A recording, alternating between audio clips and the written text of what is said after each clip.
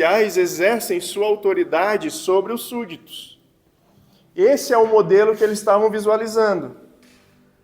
Porque se eu tiver poder, se eu estou do lado de alguém poderoso, cara, eu vou mandar e desmandar, eu vou fazer e acontecer, e ninguém vai desfazer a minha palavra. O que eles queriam? Eles queriam esse poder, o poder dos governantes, o poder deste mundo. Era isso que eles estavam visualizando. Mas aí a palavra continua, e lá no 26, entre vocês, porém, será diferente. Quem quiser ser o líder entre vocês, que seja servo. Jesus fala assim, meus irmãos, existe um padrão secular, mundano, que vocês estão observando, mas eu quero que vocês eliminem isso da cabecinha de vocês. Porque o modelo que eu tenho proposto será diferente. Quem quiser ser líder, tem que ser primeiro servo. E aí no 27 ele continua dizendo que quem quiser ser o primeiro entre vocês, que se torne escravo. Irmão, você já viu escravo ter voz? Escravo não tem voz, escravo obedece. Quando Jesus traz esse ensino, que na época era muito fácil deles entenderem, porque naquela época existia escravidão, obviamente hoje a gente não tem mais esse cenário social de escravidão, mas se você recobrar sua memória, as aulas de história, eu venho de uma cidade, eu sou de Fortaleza, do Ceará. No Ceará tem cidades que ainda têm senzalas, que foram preservadas. Então você vê lá como que os escravos eram tratados, como que eles viviam. Os coitados dormiam amarrados para não fugir. Quando não estava trabalhando, estavam presos. Então eles não tinham autonomia para fazer o que eles queriam.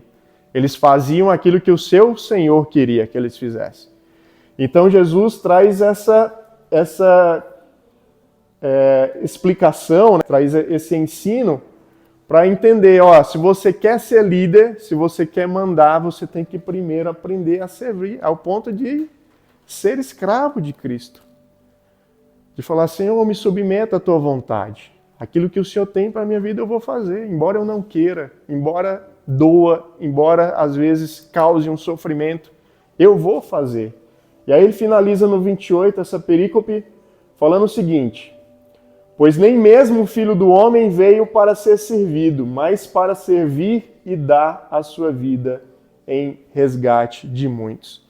Então o próprio Jesus, ele traz para si a responsabilidade como exemplo, dizendo assim, olha, eu sou rei, eu sou filho de Deus, eu tenho toda a autoridade, mas ainda assim eu vim para servir. Então o exemplo de Cristo, Jesus, é o serviço. Então a primeira coisa que nós aprendemos, irmãos, nesse texto, é que a verdadeira grandeza, ela se encontra no serviço. A gente vê muitas pessoas brigando, né, por posições. Quer ver um campo que isso aqui acontece direto? É dentro do casamento. Dentro do casamento. Muitas vezes as mulheres se sentem menosprezadas diante dos maridos. Você com certeza conhece os movimentos feministas, você conhece os movimentos de igualdade que as mulheres no mundo secular buscam, que querem ser igual ao homem, que querem ganhar igual ao homem. E eu estou falando isso aqui, irmãos, tenham maturidade, tá? Eu não estou aqui criticando os anseios femininos e não estou dizendo que as mulheres não tenham direitos ou tenham que lutar pelos seus direitos, não é isso. Mas quando nós olhamos para a Bíblia, né? E aqui vai uma palavra para você mulher que se sente inferiorizada, às vezes dentro de casa, às vezes pelo seu marido, às vezes pelo seu chefe. Eu quero dizer para você que Deus, Ele te deu a maior posição que você poderia ter, baseado nesse texto aqui. Você lembra lá de Gênesis 1, quando Deus criou a mulher? O que Deus disse para a mulher? Aliás, o que Deus disse para o homem? Vou criar uma Auxiliadora. Quem é maior? Quem é auxiliado ou quem auxilia?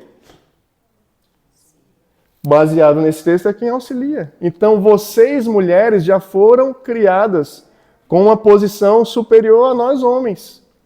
Porque foi dado a vocês o privilégio de nos auxiliar. Você está entendendo? Eu sei que é difícil de entender, né? Às vezes da gente digerir essas coisas no mundo que a gente vive. Mas é o que a palavra de Deus diz, irmãos. Aquele que serve é maior do que quem é servido. Aquele que quer ser líder tem que buscar uma posição de servo. Então, sabe quando o seu marido, quem é casado, você sabe quando que o seu marido vai ser superior a você? Quando o teu marido estiver te servindo e não o contrário. Então você acha que assumir uma posição, mas na verdade você perdeu uma posição. Porque agora quem está te servindo mais é o teu marido. Então ele está cumprindo isso aqui, ó. Ele está servindo. E quem serve sempre será maior do que quem é servido. E esse texto ele nos confronta porque hoje no cenário que a gente vive de igreja, de empresa, de família, o processo ele é inverso. Então eu vou ser bem visto se eu for o pastor da igreja, se eu for o apóstolo, se eu for o bispo, se eu for o profeta, se eu for o líder de louvor, se eu for o líder da diaconia, se eu for o cara do som, Então muitas vezes as pessoas estão buscando posições dentro do reino ao invés de funções. E qual que é a diferença da posição para a função? Se você olhar para o seu corpo ele é formado de órgãos. A pele é o maior órgão do corpo humano. É o órgão que ele é mais visto, certo? Você está vendo meu olho, minha boca, mas você está vendo boa parte da minha pele. Você vê aqui um pouco das minhas unhas. Mas você está vendo a minha pele. Então a gente poderia pensar assim, poxa, a pele ela ocupa um local de destaque, né, no corpo, porque ela é vista, todo mundo vê. Mas você não vê o meu rim, o meu baço, o meu pulmão, meu coração, você não vê o meu cérebro. Mas eu consigo viver sem um pedaço da minha pele. Se alguém arrancar aqui parte da minha pele, irmãos, eu vou continuar vivendo. Ele pode ocupar uma posição importante, mas a função dele não é tão importante. Ela protege, me protege, mas ela não é vital, de certa forma. Claro que se arrancar toda a pele, talvez a pessoa não sobreviva. Mas eu posso ficar sem uma mão e continuar vivendo, eu posso ficar sem uma perna e continuar vivendo. Inclusive tem pessoas que nascem sem os membros e elas continuam vivendo. Elas têm menos pele que eu e você. Elas têm menos coisas para mostrar. Então, quando nós olhamos para esse cenário, quando nós olhamos para essa metáfora, nós precisamos entender que o nosso corpo, ele é formado por funções e não por posições.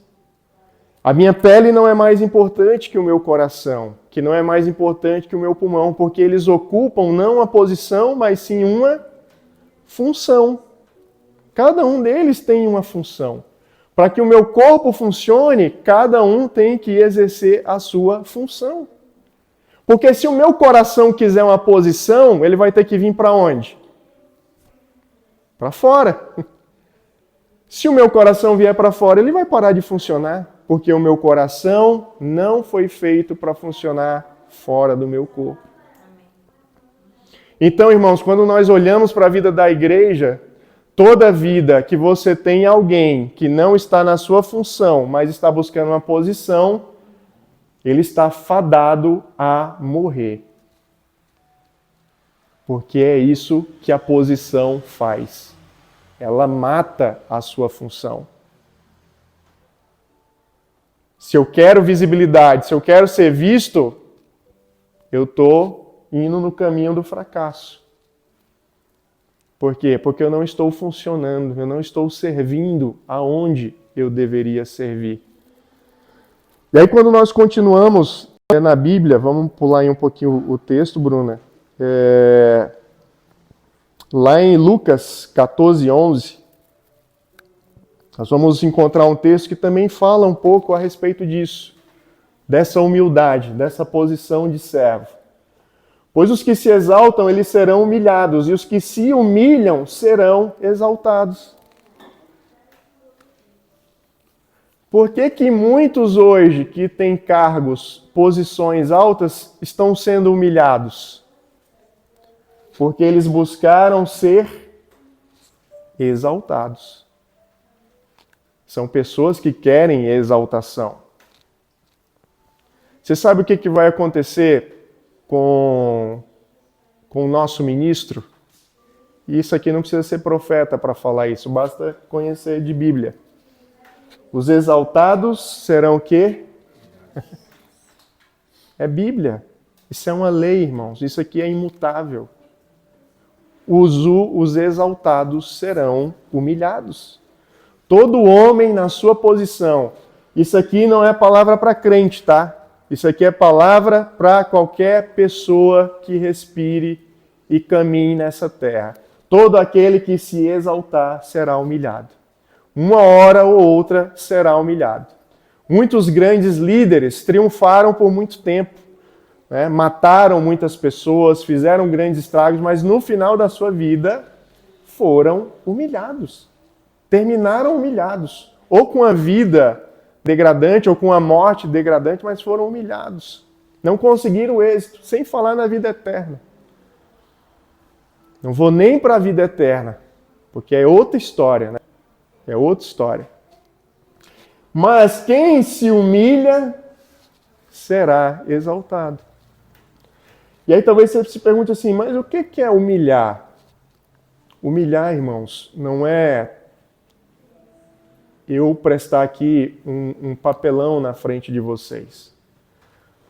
Por exemplo, não é o pagar mico, como dizia na minha época, vim aqui pagar um mico, me humilhar, sei lá, me vestir de palhaço, sabe, sei lá, fazer algum... Não é nesse sentido. Quando a Bíblia fala de humilhação, a Bíblia está falando de nós assumirmos uma posição de inferioridade em relação ao outro. Pode ser que eu esteja sentado numa mesa, ou você esteja sentado numa mesa, onde quem tem mais conhecimento ali seja você. E humilhar numa mesa dessa é o quê? É você se colocar numa posição inferior, como se você conhecesse menos que os demais. Você pode falar assim na sua mente, pensar na sua mente, poxa, estão falando uma bobagem tão grande aqui, o pessoal não sabe de nada, nem estão falando de algo que eles nem estudaram, mas eu domino o assunto. Então o que seria uma posição de arrogância? É você chegar nessa mesa e falar assim, gente, cala a boca, vocês não sabem de nada, eu estudei 20 anos isso aí, sou especialista nesse assunto. O que é uma posição de humilhação? É você se colocar como se você soubesse menos que eles.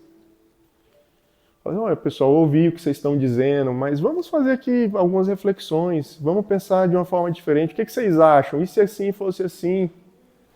As pessoas vão olhar para você, nossa, mas você tem tanto conhecimento, nunca falou nada pra gente. Por quê? Porque isso é uma posição de humildade. Você não precisa sair arrotando o que você sabe fazer, que você é melhor, que você é instruído. Tem pessoas que às vezes chegam assim, pastor, me bota aí no ministério que eu sei fazer tudo, pastor. Já andei em várias igrejas, já conheço de tudo, já tive em várias situações, já lidei com várias situações, pode me botar aí que eu resolvo. Já chega com uma posição de arrogância.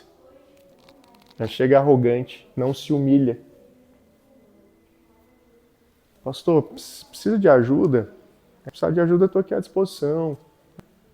Conheço um pouquinho aí dessa área, sei tocar aqui algumas coisinhas. Se precisar, chega para o líder. Isso é uma posição de humilhação, irmãos. É você colocar o outro numa posição acima da sua, como se você fosse inferior a ele. E aí quando nós continuamos na Bíblia, né, tratando aí desse tema, desse assunto, Aqui nós aprendemos, né, que a humildade, ela precede a exaltação. Então, querer ser exaltado não é errado. Não é errado, mas você tem que saber o caminho certo. Qual que é o caminho certo? Para eu assumir a posição que Deus tem para mim? É de humildade. Eu preciso ter humildade. Se eu ficar na humildade, Deus vai me colocar na posição. Que é outra coisa que nós precisamos entender, irmãos. Quem vai te exaltar não somos nós. Não são as pessoas. É Deus. Deus vai te exaltar a posição que Ele tem para a sua vida. É Ele quem vai te recompensar. Não são homens. E aí, para nós irmos para o último texto, lá em Filipenses 2, do 3 ao 4, que é outro texto que também vai nessa mesma linha de pensamento. Não sejam egoístas, nem tentem impressionar ninguém. Sejam humildes e considerem os outros mais importantes que vocês. Aquilo que eu falei. Considerem os outros mais importantes que vocês. Não queiram impressionar. Já viu o crente pavão?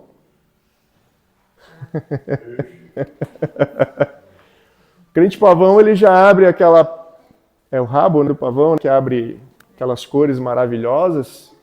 O pavão intimida, irmãos. Porque o pavão abre aquelas cores maravilhosas e você fica ali e se sente um piolho do pavão. Não sei se o pavão tem piolho, mas a gente se sente como o piolho do pavão. Caramba, o cara sabe fazer isso, o cara faz tudo sozinho, não precisa de ajuda, faz e acontece, não pede ajuda para ninguém. Não sejam egoístas. E aí no versículo 4, ele continua dizendo o quê? Não procurem apenas os próprios interesses, mas preocupem-se também com os interesses alheios. Muito mais importante do que eu me preocupar com a minha vida, é eu me preocupar com a vida de vocês. Muito mais importante do que você se preocupar com a sua vida, é você se preocupar com a vida do seu próximo. Às vezes a gente vai receber alguém na nossa casa, poxa, deixa eu ver se a comida que eu gosto, deixa eu ver se a temperatura está do jeito que eu gosto, deixa eu ver se o café está do jeito que eu gosto. E o próximo? Será que ele gosta de comer isso? Será que ele toma café? Meu Deus, não sei se ele toma café ou é chá, ou ele toma refrigerante. Então, nós precisamos, irmãos, nos preocupar com os outros. Não se trata de mim, não se trata de você, mas se trata do próximo. A Igreja Viva Reino não está preocupada em ser uma igreja visível. Nós não estamos se preocupando, né, com nós mesmos, a gente está preocupado com os outros. Eu estou preocupado com a sua vida, com o seu ministério, de como que Deus quer te usar, de como que Deus quer fazer com que você cresça, com que você se desenvolva aqui dentro. Eu tenho falado para vocês, irmãos, e isso aqui eu falo debaixo do Espírito. Deus me chamou para transbordar na vida de pessoas para que o seu ministério se manifeste. Não se trata do meu ministério. Se trata daquilo que Deus tem para a sua vida. Porque se você não crescer, eu vou ficar frustrado. Se você não se desenvolver, eu vou ficar triste.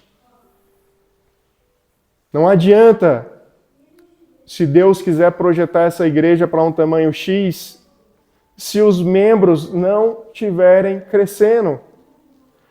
Você tem que estar, no mínimo, igual ao seu líder ou maior. Você não tem que estar inferior. Você não tem que estar no nível inferior. Por quê? Porque eu estou aqui para ajudar você a você se projetar. É em Deus. E você, como parte do corpo, e você, como líder, né, para quem tem cargo de liderança ou vai ter cargo de liderança, você precisa ter o mesmo sentimento. Porque muitas igrejas, infelizmente, estão matando a mão de obra que Deus está enviando. Deus envia alguém com chamado, fica aí no banco. Ah, não serve. Não serve para quem? Não serve para o esquema que eu estou implantando. Eu sou o líder e você não se encaixa. A igreja não é minha, irmãos. A igreja não é sua. Nós fazemos parte de um corpo. Nós temos funções e não posições. Pastor não é cargo. Pastor não é posição. Profeta, apóstolo, evangelista, líder de ação social, líder de louvor, líder de crianças, líder de diaconia. Você não ocupa um cargo, você tem uma função. E como é que eu funciono? Servindo o próximo. Como é que eu funciono? Dando matéria para o meu próximo. Você sabe por que a minha pele está saudável? Porque os vasos sanguíneos estão servindo essa pele. Os vasos sanguíneos estão trazendo nutrientes para essa pele, por isso que você está vendo essa pele saudável. Você sabe quando que nós teremos uma igreja saudável? Quando todos do corpo estiverem funcionando dentro da sua função e fluindo no Espírito. Aí sim nós temos uma igreja saudável, aí sim nós temos um corpo saudável. Onde você está encaixado, onde você está sendo alimentado, você está sendo cuidado. Embora algumas funções são mais importantes ou são mais visíveis, mas ainda assim é apenas uma função. Quando Deus olha para o corpo, Ele olha tudo igual. O mesmo valor que o meu cérebro tem para Deus, o meu dedo tem, a minha unha tem, o meu cabelo tem. Embora o meu cabelo seja irrelevante, eu posso ficar careca. Mas para Deus, o meu cabelo tem o mesmo valor que o meu cérebro, que tem o mesmo valor que o meu coração. Então eu quero dizer para você nessa noite, em nome de Jesus, que você tem um valor. E esse valor que você tem é o mesmo dessa pessoa que está do seu lado. Não é mais e nem menos. Você não é melhor e nem menor. Você é exatamente igual. Quando nós olhamos para as nossas vidas, quando eu olho para a igreja, eu vejo todos iguais. Não importa se você tem 5, 10, 20, 30, 50, 60 anos. Nós temos o mesmo valor. A Igreja Viva Reino valoriza a sua história. A Igreja Viva Reino valoriza o que você carrega em Cristo Jesus. E nós estamos aqui para ajudá-lo. Se você quer ser ajudado, como diz o ditado, né? Só é ajudado quem se permite ser. A gente respeita também. Pastor, não quero conversa, não quero. Ok, fique no seu cantinho, mas no dia que você quiser se abrir, nós estamos aqui para lhe ajudar. E eu, a minha esposa, os líderes, os outros irmãos, nós estamos aqui para servir, irmãos. Amém. Aquele que não vive para servir, amém, não serve para viver. Quem não vive para servir, não serve para viver. E o serviço começa dentro de casa. Eu servindo a minha esposa me servindo, eu servindo meus filhos me servindo, eu servindo a igreja me servindo. Hoje eu estava pensando, estava ouvindo um podcast sobre ação social, e quem foi fazer parte do Ministério de Ação Social já pega essa chave, já pega esse código. Muitas igrejas têm feito ação social fora da igreja. Muitas igrejas têm feito ação social fora da igreja, com pessoas passando necessidade dentro das igrejas. Irmão, como é que eu vou ajudar o meu próximo se o meu filho está sem pão em casa? Está errado. Primeiro eu tenho que ajudar os meus. Primeiro eu tenho que ajudar os de casa. Primeiro eu tenho que servir os de casa, porque se eu não servir bem os de casa, eu estou sendo hipócrita naquilo que eu estou fazendo lá fora. Porque lá fora eu tenho visibilidade. Lá fora eu posso levantar minha bandeirinha de ação social e falar, olha, a Igreja Viva Reino faz ação social. A gente dá comida aos pobres, a gente dá cobertor agora no inverno, dá roupa. E aí eu tenho uma família dentro da igreja passando necessidade. E aí para essa família, qual que é a minha resposta? Eu vou orar por você, irmão. Deus vai te abençoar. Às vezes nem ora, né? Deus vai te abençoar. Tenha fé. Vai passar. Isso aí é aprovação de Deus. Por que lá de fora eu não falo isso? E eu dou comida, e eu dou roupa, e às vezes a gente dá ajuda financeiramente, mas os de casa não. Então servir começa o quê? Dentro de casa. Se eu não servir dentro da minha casa, se eu não servir dentro da igreja, eu estou sendo hipócrita em servir lá fora. Ou pelo menos eu estou com uma visão distorcida daquilo que é reino. Pastor, mas a Bíblia não diz que nós temos que ajudar o próximo? Sim. Olhe para a pessoa do seu lado na igreja, muito prazer, esse é o seu próximo. Literalmente, né? Literalmente, é o seu próximo, ele está próximo. Fez o dever de casa? Ok, agora temos fôlego para ir para fora? Amém. A igreja não vai salvar o mundo, irmãos. A igreja que eu falo, a igreja local, por exemplo, a Viva Reino, a gente não vai resolver o problema de Itapema. A gente consegue resolver uma parte, um percentual. Né? Se todo mundo fizer a sua parte, a gente vai conseguir atingir um número maior de pessoas. Mas a gente não vai conseguir ajudar. Então começa dentro de casa, começa servindo em casa. Então para nós finalizarmos,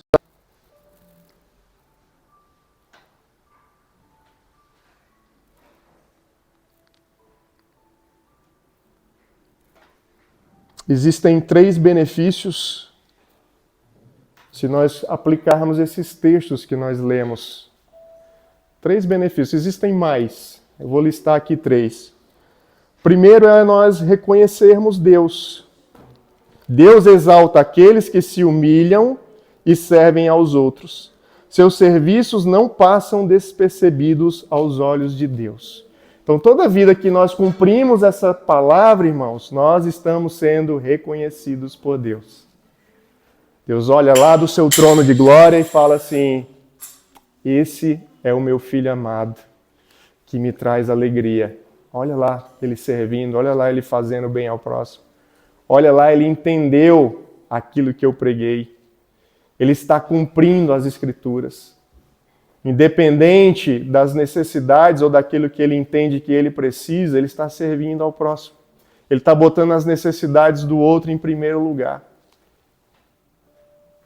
Você acha que essa pessoa vai passar despercebida diante de Deus, irmãos? Você pode passar despercebida diante dos homens. Não vou mentir para você. Pode ser que as pessoas não vejam o que você está fazendo para Deus. Mas Deus vai ver tudo o que você está fazendo, por mais que ninguém esteja olhando. O segundo é que nós teremos o quê? A alegria e a realização. Há uma alegria profunda e uma sensação de realização ao servir os outros e fazer a diferença na vida de alguém. Não existe sensação melhor. Quando eu me converti, era jovem, né? Tinha muito fôlego para estar na igreja e estar envolvido com a igreja. As experiências mais gratificantes que eu tive foi ir a campo e servir as pessoas. Uma delas, eu ia no Hospital Batista, lá em Fortaleza. Tinha um Hospital Batista, tinha lá um capelão responsável. A gente pedia autorização para ele e a gente ia nos leitos evangelizar. Então pegava lá um folhetinho evangelístico, ia nos leitos. Tinha lá geralmente 6 pessoas em média, né, por cada quarto internado. E aquelas pessoas que estavam numa situação, maioria delas em final de vida, irmãos. Vocês precisavam ver a alegria deles. De alguém desconhecido, que não é família, que não é amigo, que não é parente, que não é nada deles, chegar lá e trazer uma palavra de conforto. O sorriso daquelas pessoas vinha na face. Elas agradeciam, sabe? Elas queriam te abraçar, queriam te gratificar de alguma forma, por uma simples atitude de você ir lá e levar uma palavra de conforto, uma palavra de fé. Alguns minutos do dia. Isso não tem preço que pague. E por último, o que? A transformação pessoal. O serviço, ele nos transforma e nos torna mais semelhantes a Cristo, moldando o nosso caráter e fortalecendo a nossa fé. Servir ao próximo nos protege do nosso egoísmo. Não se engane, você carrega, eu carrego, todos nós carregamos uma dose de egoísmo dentro de nós. Alguns essa dose é maior, outros é menor, alguns manifestam mais, outros menos. Mas em alguma área das nossas vidas, nós carregamos uma dose de egoísmo. Tem pessoas que são muito generosas, às vezes, para compartilhar, por exemplo, livros. Aí já não é tão compartilhosa, já não é tão generosa para compartilhar a sobremesa que tem em casa, ou a comida que tem em casa. Entende? Estou dando um exemplo, né? Existem vários. Então, muitas vezes nós somos generosos, sim, em áreas, mas de outras áreas nós somos egoístas. Ah, isso aqui, cara, ninguém mexe. Esse aqui é o meu copo. Só quem bebe nele sou eu. Ai daquele, esse Belle não toca nesse copo, meus filhos nem pensar. Então todos nós carregamos algum grau de egoísmo dentro da gente. E sermos humildes e ajudarmos o próximo é uma vacina contra o nosso ego. É uma vacina contra o nosso eu. E isso nos amadurece, irmãos.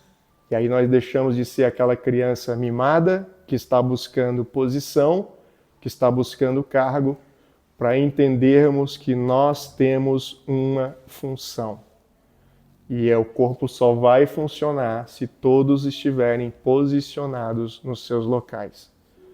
Eu posso vir aqui, me preparar espiritualmente, preparar uma mensagem para vocês, maná do céu, mas se não tiver auxílio da comunicação, se não tiver alguém para fazer o louvor, se não tiver alguém para cuidar, para fazer um café para vocês, a gente não vai funcionar 100%, porque eu não sei fazer tudo isso. Eu não consigo fazer, ninguém consegue. O egoísta acha que consegue, mas ninguém consegue. Nós precisamos uns dos outros. Então eu queria que nesse momento você curvasse a sua cabeça, para que a gente orasse em cima dessa palavra.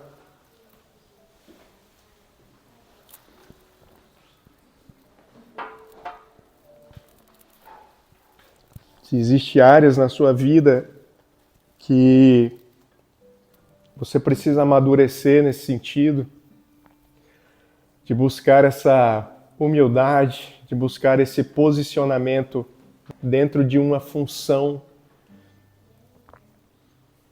que você possa pedir a Deus sabedoria, discernimento, que você possa entregar essa área da sua vida diante do Senhor. Deus, nós queremos te louvar e te agradecer pela tua palavra, Pai. Porque nós entendemos que, assim como o Senhor, mesmo tendo uma posição de destaque no reino, mesmo o Senhor sendo o próprio Deus, mesmo o Senhor tendo todo o poder, o Senhor foi o que mais serviu durante o seu ministério. O Senhor foi aquele que olhou para a viúva, o Senhor foi aquele que olhou para o pobre, o necessitado. O Senhor foi aquele que olhou para os excluídos. O Senhor foi aquele que olhou para aqueles que a sociedade não os enxergava. O Senhor foi quem curou o cego de Jericó, Pai. Que gritava ali no meio de uma multidão que não o ouvia, mas o Senhor o ouviu. Então que nós possamos, Pai, ter os ouvidos do Senhor. Que nós possamos ouvir o grito dos invisíveis, Pai. A começar dentro da nossa igreja, dentro da nossa comunidade. Pessoas que estão precisando de ajuda, pessoas que estão precisando serem servidas, Pai. Que o Senhor nos ajude a enxergar cada uma delas, Pai. E atuarmos em prol do seu benefício. Que possamos dispor do nosso tempo, da nossa sabedoria, das nossas ferramentas, dos nossos recursos, daquilo que o Senhor tem nos entregue no mundo espiritual, Pai. Dos dons, dos talentos. E que em nome de Jesus, Pai, nós possamos servir, Deus. Servir em amor, servir em alegria. Servir entendendo, Pai, que esse é a função que o Senhor quer. É a posição que o Senhor quer nos colocar. O Senhor demonstrou através do lavar de pés dos seus discípulos, Pai. Eles que deveriam estar lavando os pés do Senhor, Pai. Mas foi o Senhor quem lavou os pés deles. Foi o Senhor quem os purificou, foi o Senhor quem os limpou, Pai. Então que nós possamos ter a mesma atitude de limparmos aqueles que estão chegando, aqueles que o Senhor tem trazido, Pai. Que possamos servi-los em amor, em bondade, em alegria, sem esperar nada em troca, Pai. Porque o reconhecimento não vem deste mundo, o reconhecimento não vem de homens, mas o reconhecimento ele vem do Senhor. E é isso que nos interessa, Pai, porque nós temos um compromisso contigo, nós temos uma aliança com o Senhor, nós temos um chamado do Senhor, Pai. Foi o Senhor quem nos chamou, é o Senhor quem nos sustenta, é o Senhor quem nos fortalece, é o Senhor quem nos qualifica para estarmos no teu corpo servindo. Por isso nós te agradecemos e te louvamos essa noite, Pai. Que esse espírito de servir, que esse espírito de se humilhar, Pai, ele sempre esteja presente em nosso coração, para que o nosso ego seja amordaçado, para que os nossos desejos fiquem encarcerados, Pai. Que eles não sejam os protagonistas da nossa vida. Porque a tua palavra diz que quando nós cuidamos do próximo, o Senhor cuida de nós. Quando nós colocamos os nossos desejos no Senhor e cuidamos do próximo, o Senhor cuida dos nossos desejos, dos nossos anseios. Então que essa matemática, Pai, funcione nas nossas vidas. E que ela se multiplique no nosso meio, para a honra e para a glória do teu santo nome. Amém.